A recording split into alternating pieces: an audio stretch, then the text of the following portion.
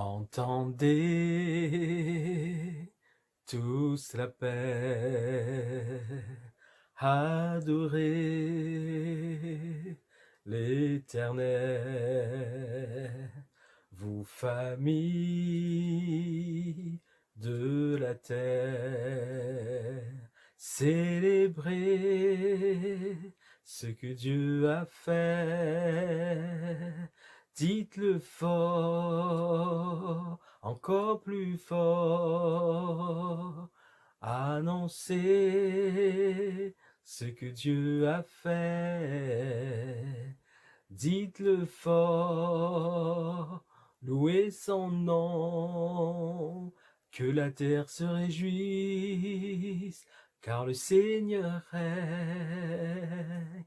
Dites-le fort. Bonjour, bonjour à tous. Bonsoir, bonsoir à tous.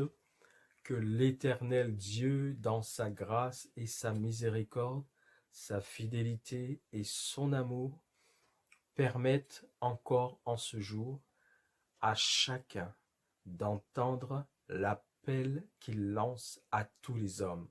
L'appel qu'il lance à tous les hommes, afin que tous aient la possibilité de se tourner vers lui, de devenir des enfants de Dieu.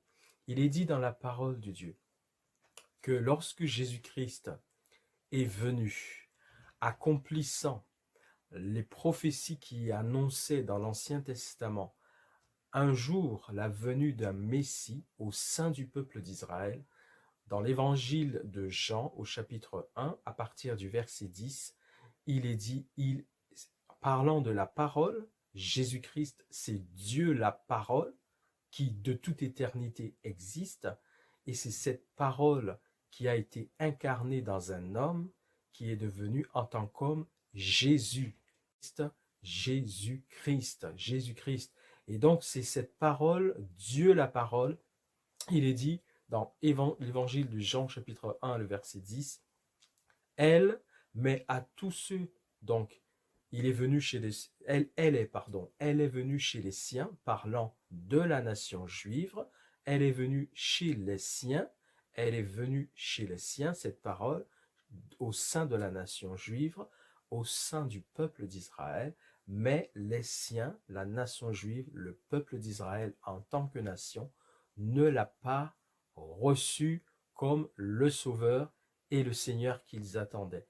Cette parole est venue chez les siens et les siens ne l'ont point reçu.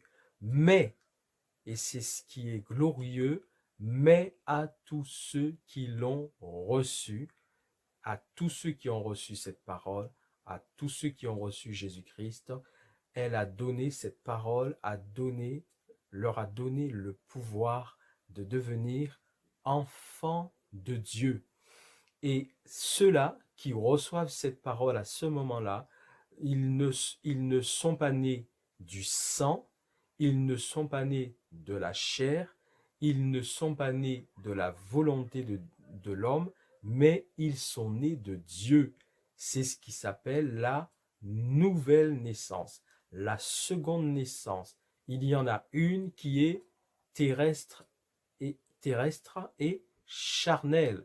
Lorsque nous sortons du sein de notre mère, nous naissons physiquement. Ça, c'est la naissance naturelle, terrestre et charnelle. Mais le jour où nous recevons celui qui est la parole de Dieu, Dieu la parole éternelle, qui un jour s'est incarné dans un homme pour venir s'offrir en sacrifice sur une croix pour tous les hommes de toute la terre, le jour où nous recevons cette parole, le jour où nous recevons Jésus le Christ, Dieu nous donne le pouvoir de devenir enfants de Dieu.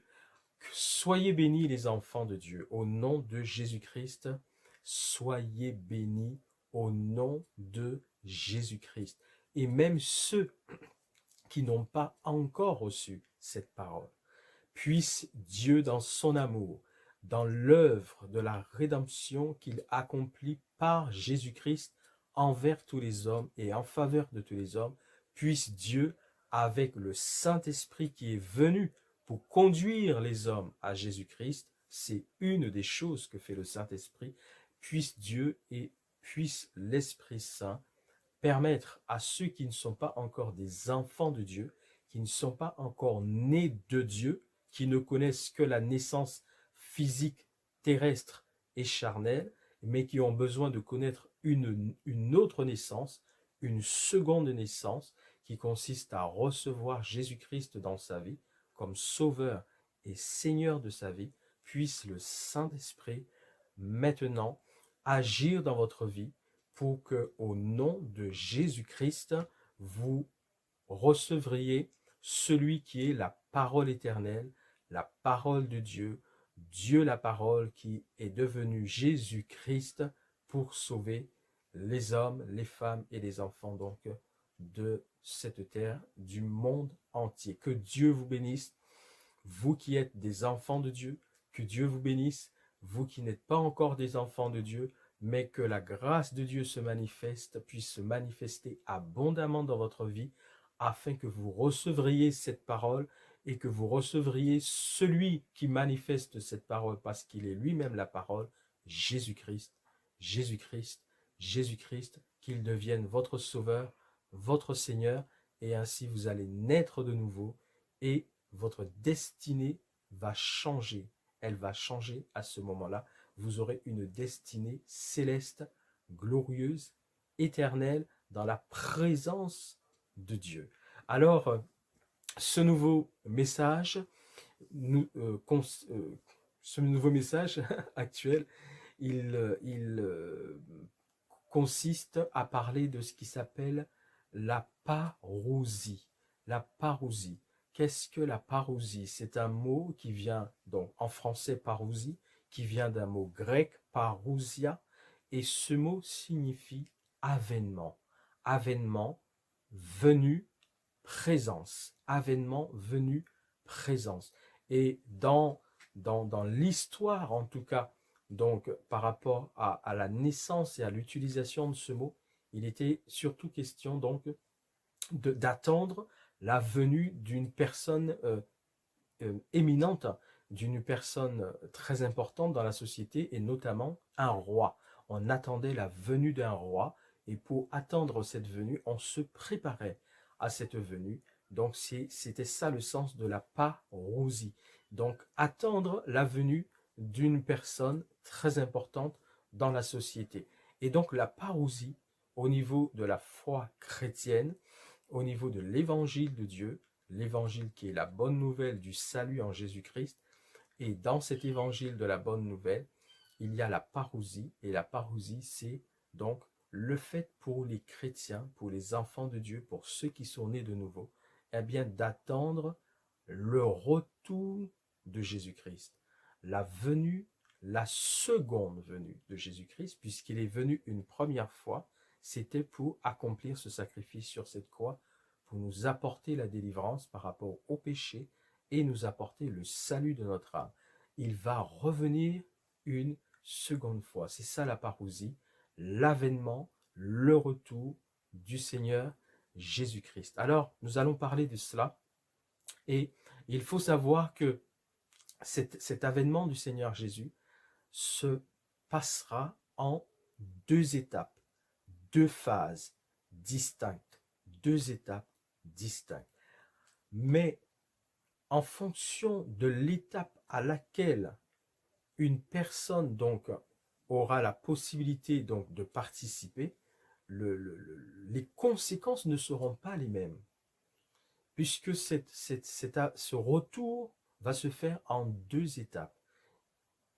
Et le fait que nous soyons à la première étape ou à la seconde étape, eh bien ce ne sera pas les mêmes conséquences donc pour notre vie. Il faut savoir déjà que c'est une promesse. L'avènement, le retour du Seigneur Jésus-Christ, c'est une promesse que Jésus-Christ a faite donc à son Église. Lorsqu'il s'est adressé donc à ses disciples, aux apôtres, dans l'évangile de Jean, au chapitre 14, au verset 3, il leur a dit, je m'en vais vers le Père, et lorsque je m'en serai allé, et que je vous aurai préparé une place, je reviendrai et je vous prendrai je vous prendrai avec moi, afin que là où je suis, vous y soyez aussi. Donc voilà la promesse que Jésus-Christ a faite donc à ses disciples. Je m'en vais, je vous préparerai une place. Lorsque je vous aurai préparé cette place, je reviendrai, je vous prendrai avec moi, afin que là où je suis, vous y soyez aussi. Donc, il a fait cette promesse, et depuis qu'il a fait cette promesse, eh bien, il n'est pas revenu. Il n'est pas encore revenu. Ce qui veut dire que tous ceux qui ont reçu cette promesse, c'est-à-dire l'Église de Jésus-Christ, tous ceux qui deviennent des enfants de Dieu, qui naissent de nouveau en Dieu, qui reçoivent Jésus-Christ comme Sauveur et Seigneur de leur vie, eh bien, ils attendent normalement que cette promesse se réalise. Alors, est-ce que il est parti un jour pour pouvoir revenir? Eh bien oui, il est bien parti. Il y a dans les Actes des Apôtres. Alors, les Actes des Apôtres nous relatent ceci dans les Actes chapitre 1, les versets 9 à 11. Acte 1, 9 à 11, il est dit qu'un jour, donc, euh, les disciples étaient avec Jésus-Christ, puisque après sa résurrection, il leur est apparu pendant 40 jours. Pendant 40 jours, il s'est manifesté au milieu donc de ses disciples à différents endroits et dans différentes circonstances. Et puis un jour, il est dit, acte 1, 9, 11, après avoir dit cela, donc il parlait avec eux, il fut élevé, acte 1, 9, 11, pendant qu'il le regardait, pendant que les disciples le regardaient, il fut élevé, donc, et une nuée le déroba à leurs yeux. Et comme ils avaient les regards fixés vers le ciel, donc s'ils avaient les regards fixés vers le ciel, ça veut dire que Jésus était en train de monter au ciel. Donc, Jésus était en train de monter au ciel. Et ils sont en train de regarder Jésus qui monte, qui part donc vers le ciel. Donc, ils avaient les regards fixés vers le ciel, puisque c'est là qu'ils l'ont vu partir. Et à ce moment-là, donc pendant qu'ils s'en allaient, voilà, ils avaient les regards fixés vers le ciel pendant que Jésus s'en allait. Deux hommes vêtus de blanc leur apparurent et dirent. Donc on comprend par là que ce sont deux anges. Deux anges leur apparurent et leur dirent, pourquoi, ô hommes galiléens, donc ça s'est passé en Galilée, ô hommes galiléens, pardon, ils étaient à Jérusalem quand ça s'est passé, mais ces hommes-là étaient originaires de la Galilée. Voilà, ils étaient originaires de la Galilée, mais ils étaient donc à Jérusalem quand ça s'est passé. Ô hommes galiléens, pourquoi vous arrêtez-vous à regarder au ciel? Ce Jésus qui a été élevé au ciel du milieu de vous, donc il était au milieu de vous, et vous l'avez vu partir, monter vers le ciel, c'est pour ça que vous êtes en train de regarder vers le ciel.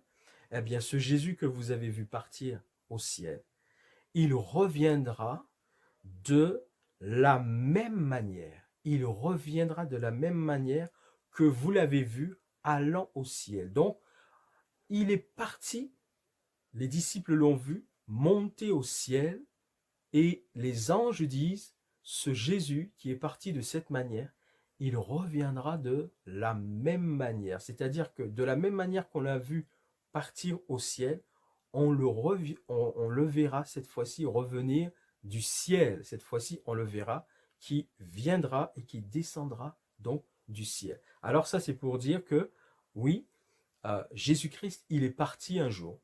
Il a quitté les disciples.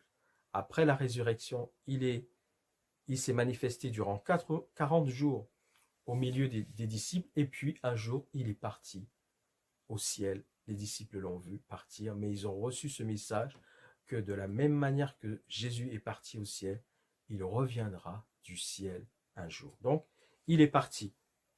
Et quand il est parti, qu'a-t-il fait? Eh bien, la Bible nous dit, dans le livre des Hébreux, donc que s'est-il passé lorsqu'il est parti? Eh bien, l'épître aux Hébreux, le verset 1, donc, nous dit que le chapitre 1, pardon, Hébreux chapitre 1, nous dit, le Père lui a dit, assieds-toi à ma droite jusqu'à ce que je fasse de tes ennemis ton marchepied. Donc, il est parti au ciel, et on sait donc qu'il a été exactement au Père. Il est venu, il a retrouvé son Père dans les cieux. Nous savons que le trône de Dieu est établi au troisième ciel. Donc il est monté, il est parti, il a été au Père, il a été là où le Père siège, sur le trône de gloire au troisième ciel. Donc lui aussi, il a été au troisième ciel. Et il a retrouvé son Père dans les cieux. Et là, le Père lui a dit, assieds-toi à ma droite, jusqu'à ce que je fasse de tes ennemis ton marchepied. Ainsi, on sait que maintenant il est assis avec le Père sur le trône dans les lieux très hauts au troisième ciel. C'est donc là qu'il est assis désormais.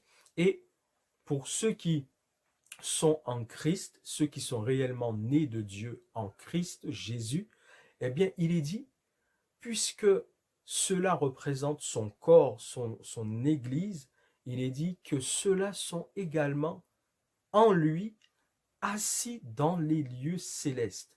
Ils sont en Jésus-Christ assis dans les lieux célestes. Là où est assis Jésus-Christ, c'est là où ils sont assis également. Alors, il est parti et il est assis donc sur le trône avec le Père au troisième ciel dans les lieux très hauts. Que doivent faire maintenant ceux qui croient en Jésus-Christ? Ils sont appelés à patienter, donc soyez patients jusqu'à son avènement.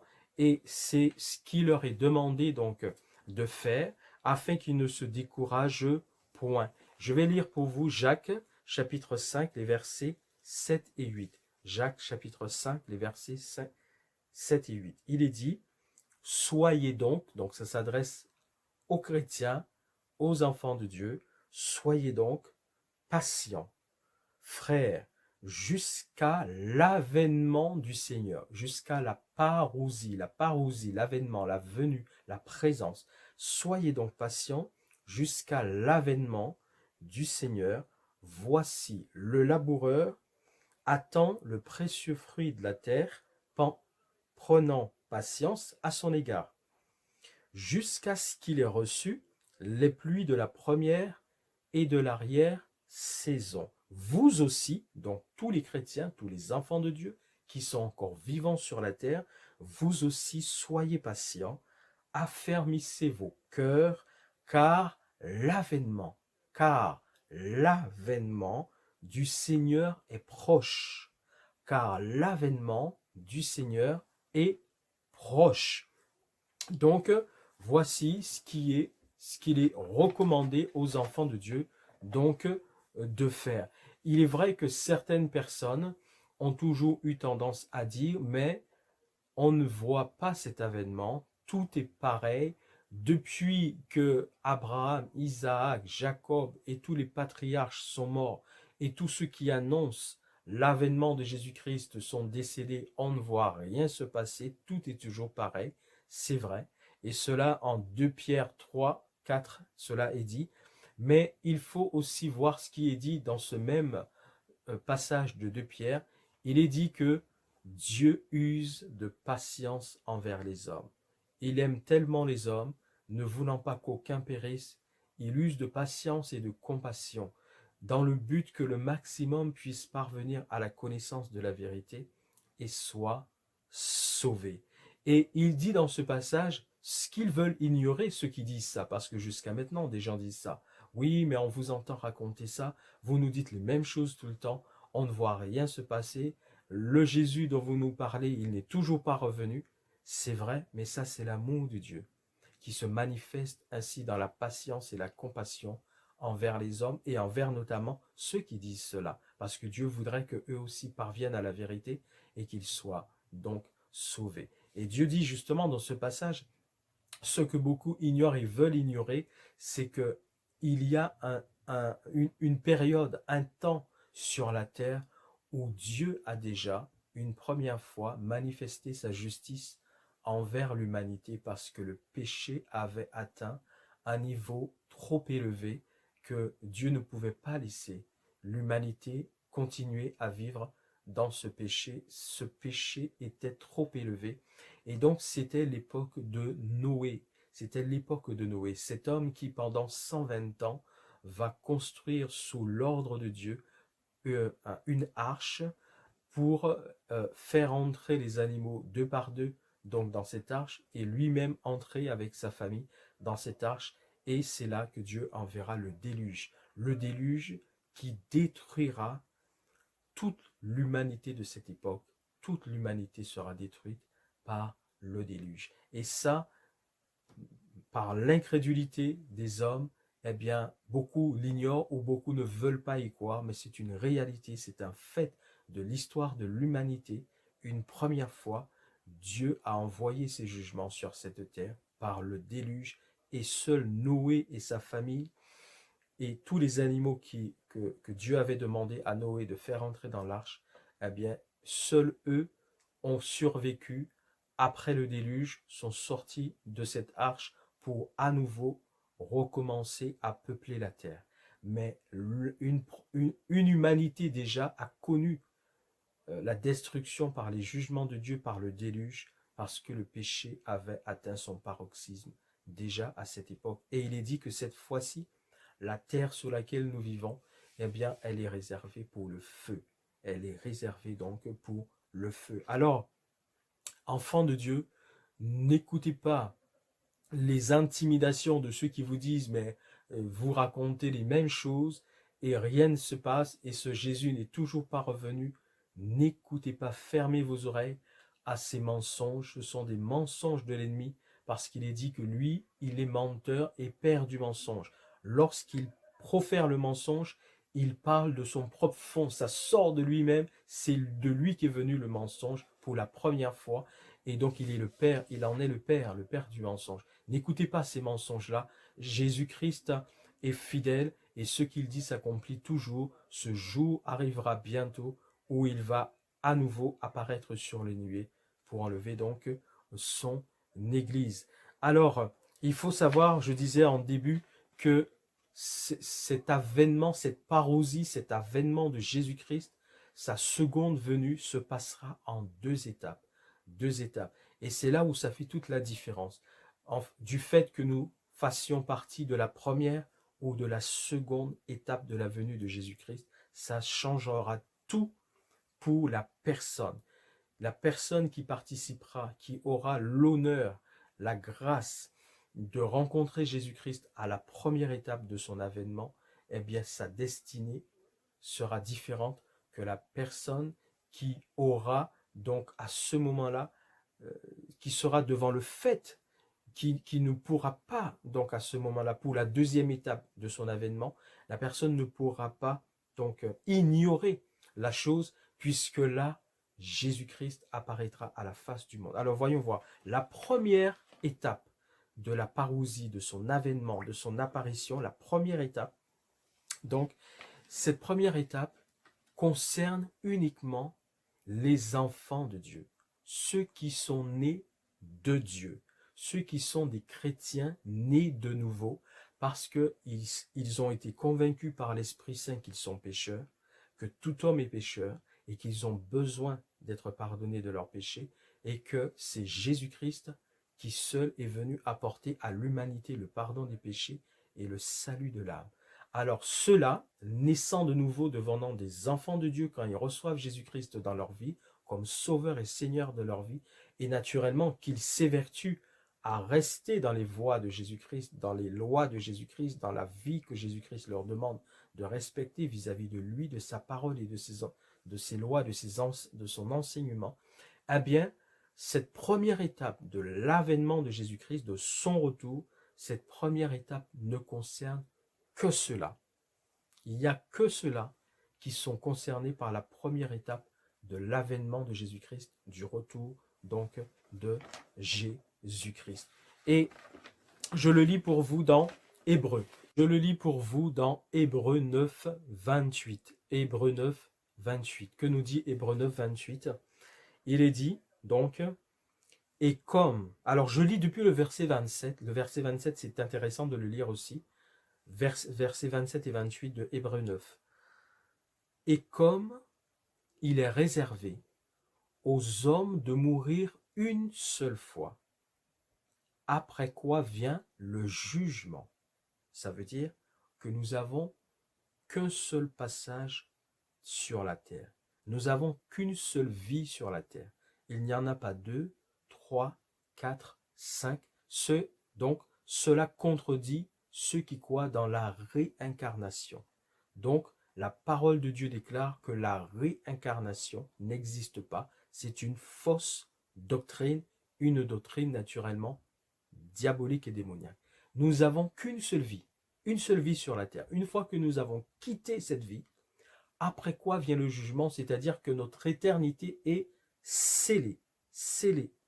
Donc, de même, Christ, qui s'est offert une seule fois pour porter les péchés de plusieurs, Christ qui s'est offert une seule fois, lui aussi Christ, il a été à la croix une seule fois pour toutes, une seule fois pour toutes. Il n'est pas en train régulièrement à différentes périodes d'aller encore à la croix pour être crucifié à chaque fois. Non, une seule fois, c'est la fois où il est venu, où en Israël, il a été crucifié. Cela contredit aussi ceux qui, chaque dimanche, crucifient Jésus sur l'autel. Parce qu'il y a ceux qui pensent que Jésus-Christ est crucifié chaque dimanche sur l'autel. Ça s'appelle la transsubstantiation. La transsubstantiation. C'est-à-dire que lorsque ils partagent ce qu'ils considèrent comme la Sainte Seine, mais qui n'est pas la Sainte Seine, puisque ce n'est pas dans le fond l'enseignement de Dieu concernant la Sainte Seine. Donc pour eux, chaque dimanche, ils mettent Jésus, ils crucifient Jésus sur l'autel. Chaque dimanche, ils crucifient réellement Jésus-Christ sur l'autel parce que ils élèvent l'hostie et cette hostie pour eux se transforme réellement dans le corps de Jésus-Christ. Et la coupe, pour eux, cette coupe, ce que contient la coupe, se transforme réellement dans le sang de Jésus. Donc, dans cette cérémonie, qu'ils sont en train de célébrer cela, chaque dimanche, réellement, ils crucifient sur leur autel Jésus-Christ. Et ça, donc, c'est totalement contraire à ce que la parole de Dieu enseigne. La parole de Dieu enseigne que Jésus-Christ a été à la croix une fois pour toutes, une seule fois. Il n'a pas à recommencer à chaque fois un sacrifice perpétuel qui ne finirait jamais. Non, il s'est donné une fois pour toutes. Son sacrifice est définitif et à partir du jour où il s'est sacrifié, il est ressuscité le troisième jour et il est maintenant glorifié, assis sur le trône, là où le Père lui a dit « Assieds-toi à ma droite jusqu'à ce que je fasse de tes ennemis ton marchepied ». Eh bien, tout ça s'est fait une fois pour toutes. Tous ceux qui viennent à Jésus-Christ, maintenant, ils n'ont plus besoin d'aller à un autre sacrifice.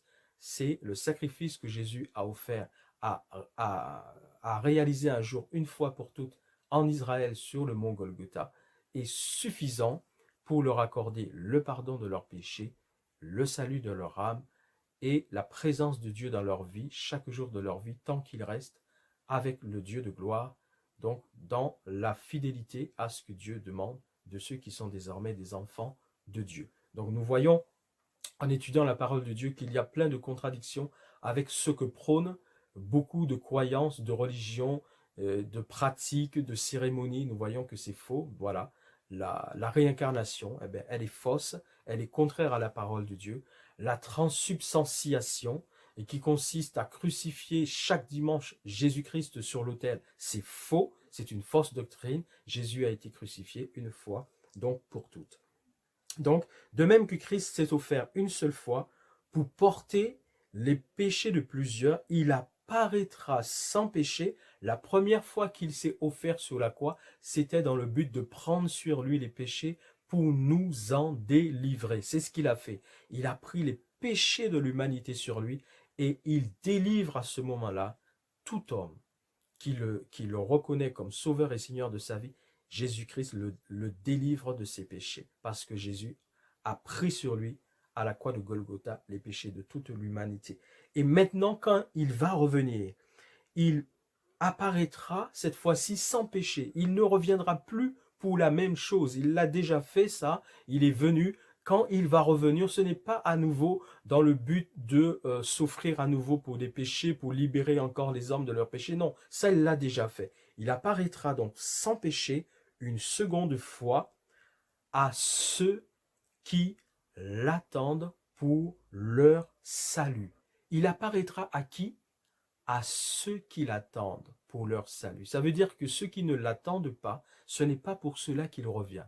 La première fois de l'avènement, c'est-à-dire de son retour, de sa venue, de sa présence, la seconde fois, la parousie, l'avènement de Jésus-Christ, la seconde fois, ça va se faire en deux étapes. La première étape ne concerne et ne concernera que ceux qui l'attendent, que ceux qui l'attendent. Il apparaîtra une seconde fois donc à ceux qui l'attendent pour leur salut. Ils attendent Jésus-Christ pour leur salut. C'est la promesse que Jésus a faite de venir après leur avoir préparé une place, de les prendre avec lui et de les emmener là où il est, donc pour qu'ils eux aussi soient avec lui. Donc ils attendent ça, c'est la promesse de leur salut. Donc ils attendent le retour de Jésus qui leur a promis de venir les chercher pour le salut de leur âme. Et donc il ne vient, dans la première étape de son avènement, de son retour, il ne vient que pour cela. Il ne vient que pour ceux qui donc l'attendent. Je lis 1 Thessaloniciens 5, 1 Thessaloniciens 5, 23.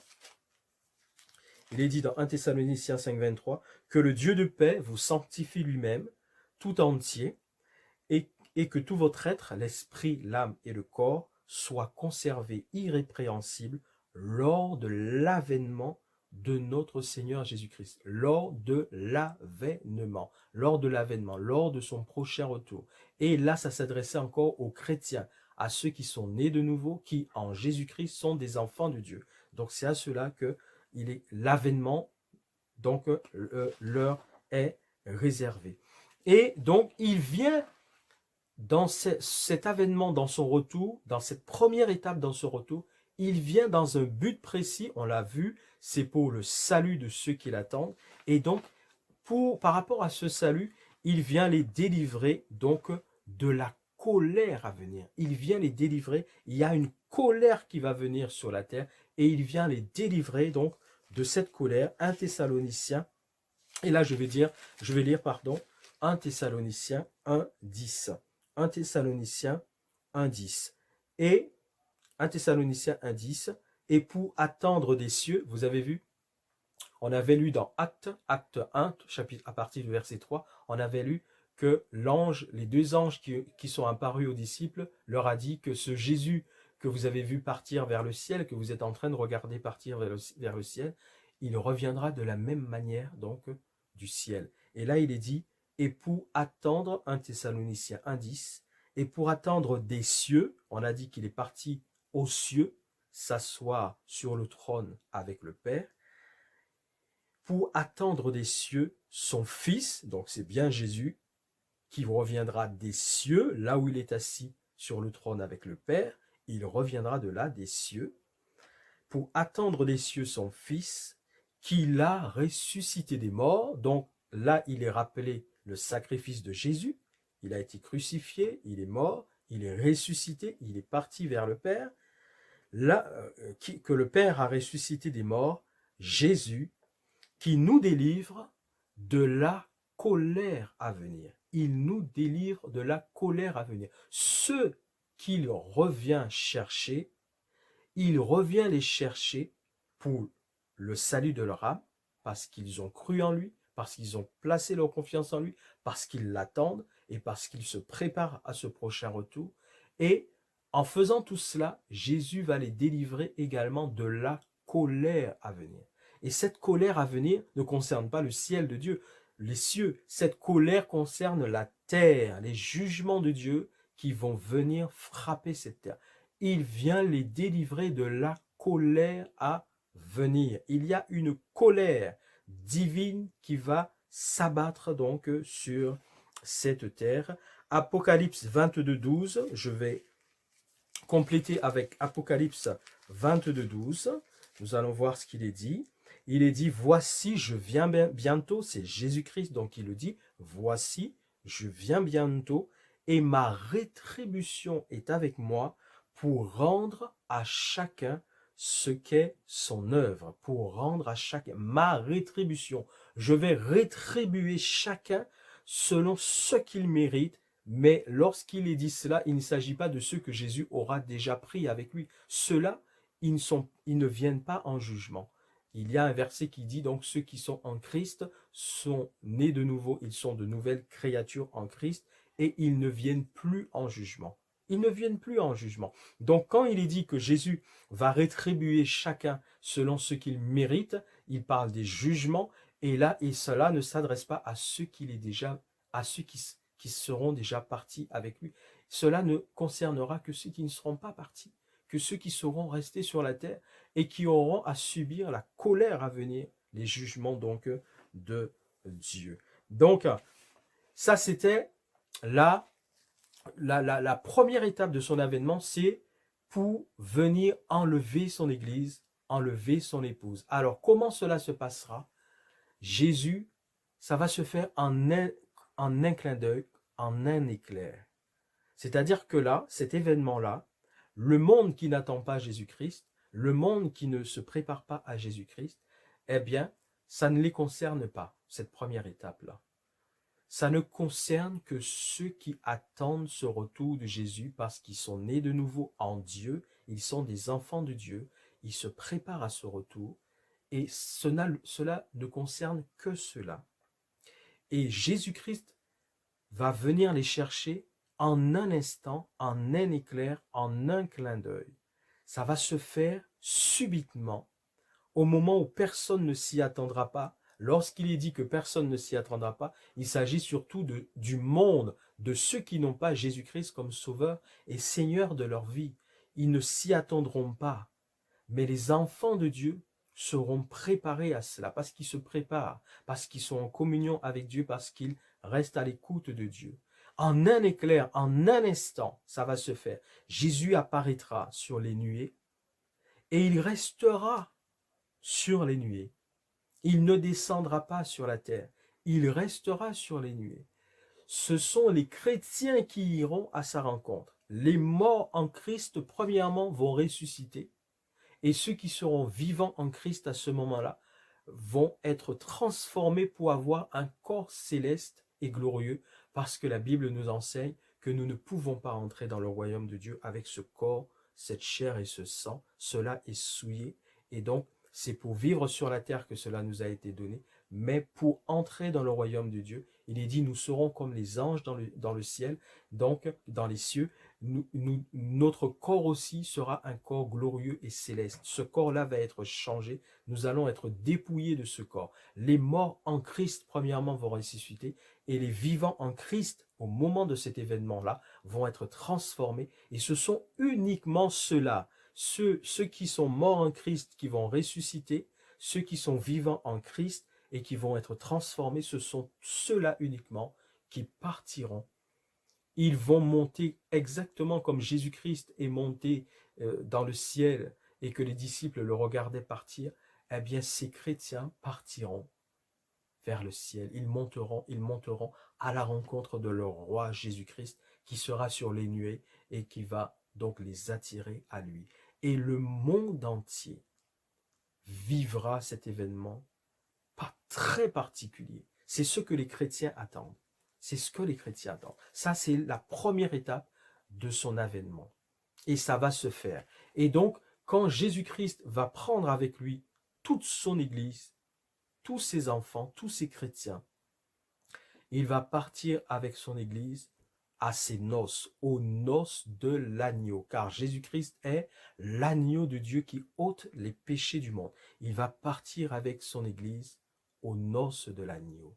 Et les noces de l'agneau vont durer un certain temps. Ça ne va pas se faire en un jour, 2 jours, 3 jours.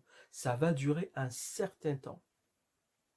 Mais sur la terre maintenant, ça va créer un chaos. car cet événement sera extraordinaire et particulier et unique. Et le monde sera dans la confusion, car nombre de personnes n'auront plus donc de communion, de contact avec des membres de leur famille. Beaucoup des membres de leur famille auront disparu, un père, une mère, les deux peut-être, un enfant, une nièce, un oncle, une cousine, un cousin. Beaucoup de personnes auront disparu, auront été enlevées parce qu'ils sont l'église de Jésus et ils partiront rencontrer Jésus qui sera sur les nuées dans le ciel. Et eux aussi, ils monteront et ils partiront et Jésus partira avec eux aux noces de l'agneau. Et le monde sera dans la confusion. Le monde sera dans la confusion. Et ça va durer un certain temps, parce que les noces de l'agneau vont durer un certain temps. Et il y aura maintenant une deuxième étape. Après les noces de l'agneau, le monde sera dans la confusion, dans le chaos, et sur cette terre, il va se passer beaucoup de choses. Là maintenant, Jésus va revenir cette fois-ci. Ça, c'est la deuxième étape de son avènement. Et là, tous ceux qui n'ont pas été enlevés, qui ne sont pas l'église de Jésus, qui sont restés sur la terre et qui vont vivre ces choses horribles, terribles, qui vont se passer maintenant sur la terre, là, eux, ils vont voir cet événement. Tous verront cet événement. De tous ceux qui sont sur la terre, la deuxième étape de son avènement, c'est qu'il revient maintenant après les noces de l'agneau et il pose ses pieds sur le mont des Oliviers parce qu'il vient établir son règne de 1000 ans, le millénium. Il vient établir son règne de 1000 ans sur la terre. 1000 ans pendant lesquels le diable sera enfermé dans l'abîme. Et là, le monde entier va vivre ça. De tous ceux qui ne sont pas partis parce qu'ils ne sont pas l'Église, ils n'ont jamais fait la paix avec Jésus-Christ, ils ne se sont jamais repentis de leurs péchés, ils n'ont jamais accepté Jésus dans leur vie comme Sauveur et Seigneur dans leur vie, ils n'ont jamais soumis leur vie à la parole de Dieu, à la volonté de Dieu, aux lois de Dieu. Ils sont dans le monde, ils n'ont pas été enlevés avec l'Église, ils ne sont pas partis. Eh bien, il y aura une deuxième étape de l'avènement de Jésus, du retour de Jésus, où cette fois-ci, le monde entier va vivre ça, le monde entier verra cela, et Jésus posera cette fois-ci ses pieds sur le mont des Oliviers. C'est la deuxième étape de son avènement. Je lis pour vous Apocalypse, chapitre 1, verset 7. 1,7. Voici, il vient avec les nuées, et tout œil verra. C'est la deuxième étape de son avènement. Tout œil verra, même ceux qui l'ont percé. Et qui sont ceux qui l'ont percé? Cela a trait à la crucifixion qui s'est faite en Israël. Donc, il est question de la nation juive. Parce que, rappelez-vous, je vous ai cité en amont l'évangile de Jean chapitre 1 à partir du verset 10. Dieu, la parole qui est Jésus-Christ, elle est venue chez les siens, mais les siens ne l'ont pas reçu. La nation juive n'a pas reçu son sauveur, son Seigneur, son Messie qu'elle attendait depuis. Elle n'a pas reçu ce Messie. Elle n'a pas reconnu que c'est vraiment ce Jésus-Christ qui est le Messie. Elle ne l'a pas reçu. Même ceux qui l'ont percé, c'est-à-dire là où il a été crucifié en Israël, sur le mont Golgotha, tout œil le verra à ce moment-là quand il reviendra.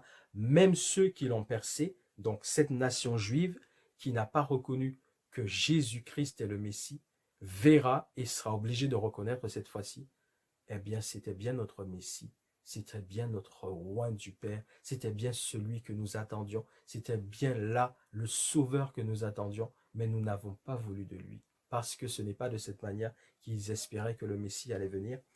Tout œil le verra dans la deuxième partie de son avènement, de son retour, parce que là, il vient poser les pieds sur le mont des Oliviers en Israël, même ceux qui l'ont percé, et toutes les tribus de la terre se lamenteront à cause de lui, toutes les tribus de la terre. C'est-à-dire que là, le monde entier sera obligé de voir, de reconnaître que Jésus-Christ est Dieu, que Jésus-Christ est Seigneur, que Jésus-Christ est roi, que Jésus-Christ est sauveur, que ce Jésus dont le monde n'a pas voulu, que le monde n'a pas écouté, auquel le monde n'a pas obéi, Jésus-Christ, c'est réel, il est là, il a posé ses pieds sur le mont des Oliviers, là, on ne pourra plus ignorer ce fait Tout le monde verra, le monde entier, les télévisions, vous savez que la technologie aura encore évolué, donc je ne sais peut-être même par hologramme, je ne sais par quel moyen technologique, tous verront Jésus-Christ, tout le monde entier verra cet événement qui se passera dans le monde entier, tout le monde sera connecté, verra,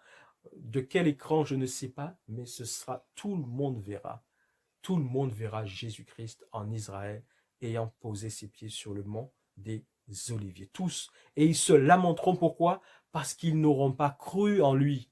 C'est pour ça qu'ils vont se lamenter.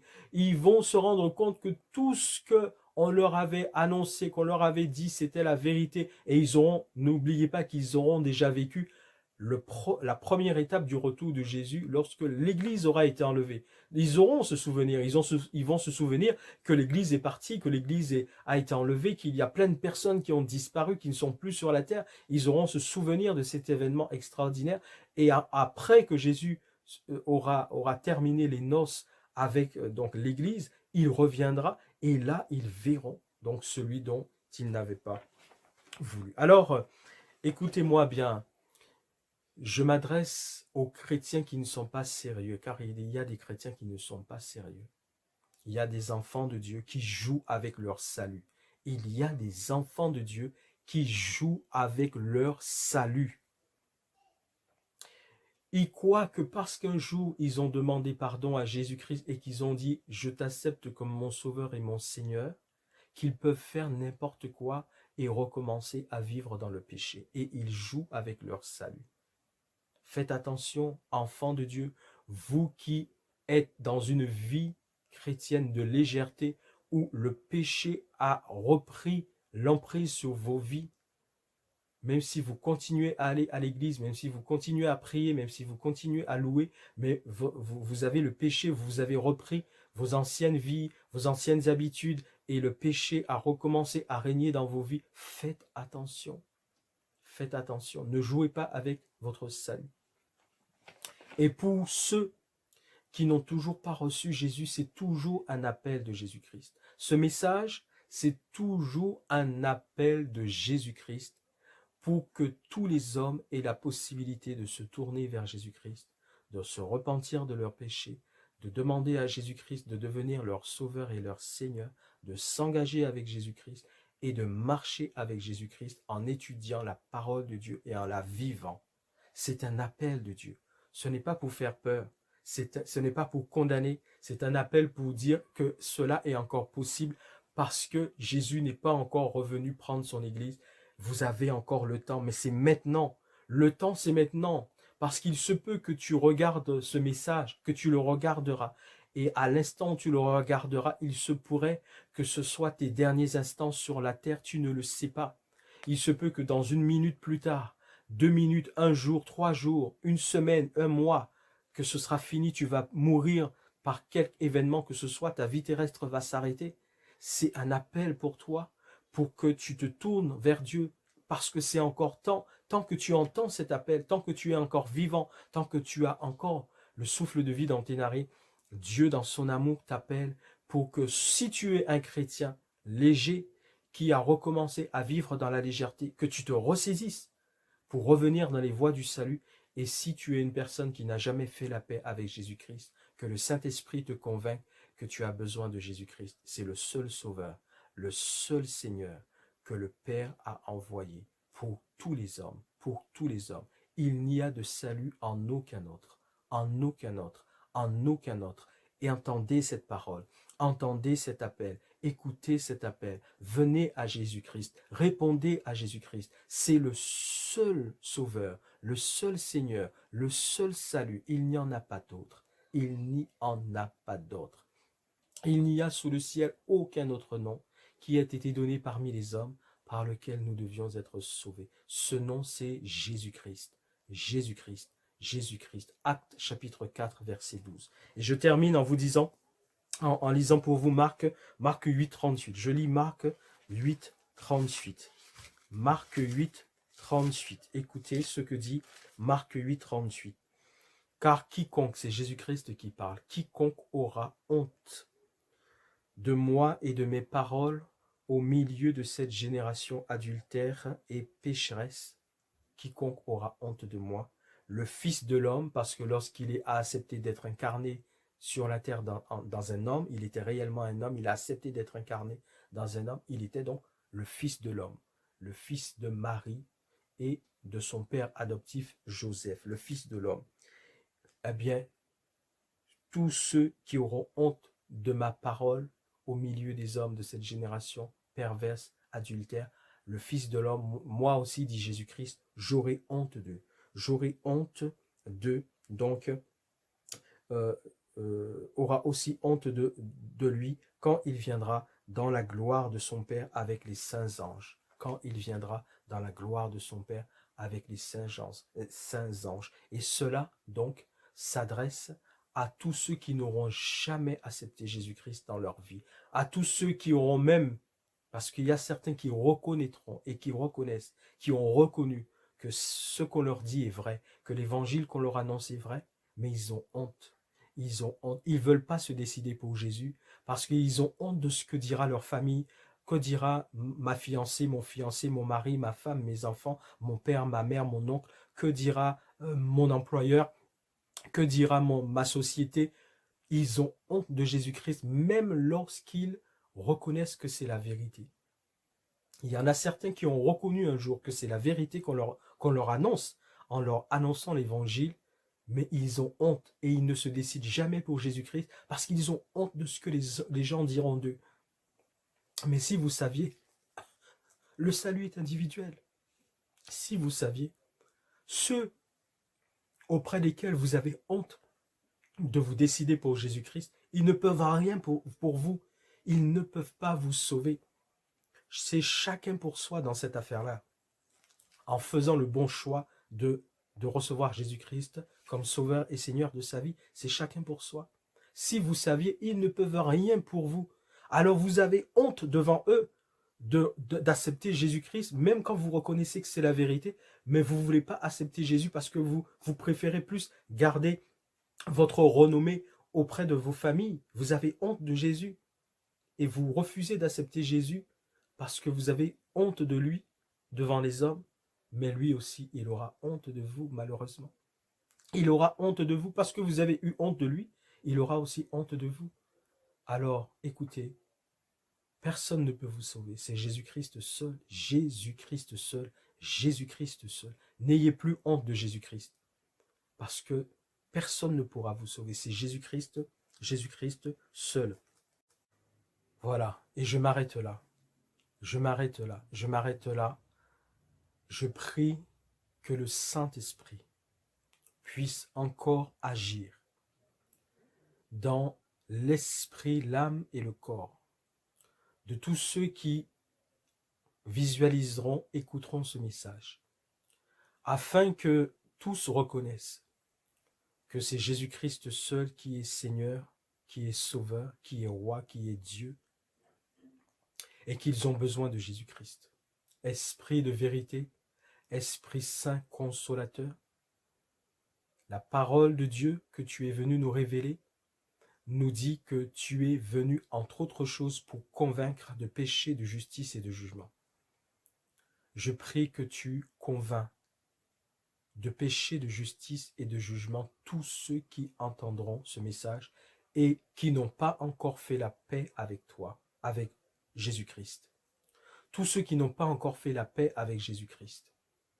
Tous ceux dont la vie n'est pas en règle avec Jésus-Christ. Esprit Saint, veuille les convaincre, veuille agir par ton onction de sainteté, par ta puissance dans leur vie, pour que leurs yeux spirituels s'ouvrent et qu'au nom de Jésus-Christ, par ton action, Saint-Esprit, ils reconnaissent la situation et l'état dans lequel ils sont, qu'ils reconnaissent qu'ils sont pécheurs comme tous les hommes et qu'ils ont besoin d'un sauveur, et que ce sauveur, c'est Jésus-Christ et Jésus-Christ seul.